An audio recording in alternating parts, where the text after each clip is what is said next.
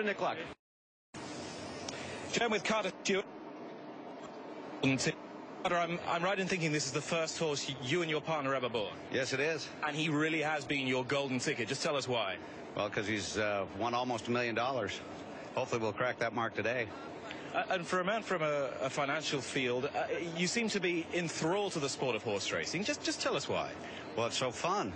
I mean, you feel like you're getting to get ready to run in the event yourself. You get so excited ahead of time, so it's just a lot of fun. And off the back of the success you've had with Golden Ticket, how much investment have you subsequently put into the sport? Well, probably a little over $1 million. So you're in it for the long haul. I sure hope so. It's addictive. And what about today? Can he provide you with the Ultimate Breeders' Cup dream? Yes, he can. He's going to win today. I predict a victory. That's what we like. Proper confidence. And we're going to dedicate this race to a family in Billings that lost their son this year, the Lindsay family. Toby and Pam and Olivia Lindsay. This is dedicated to you guys. Here we go, baby. Zach's looking down from above. Enough said. Best of luck, sir. Thank you very much.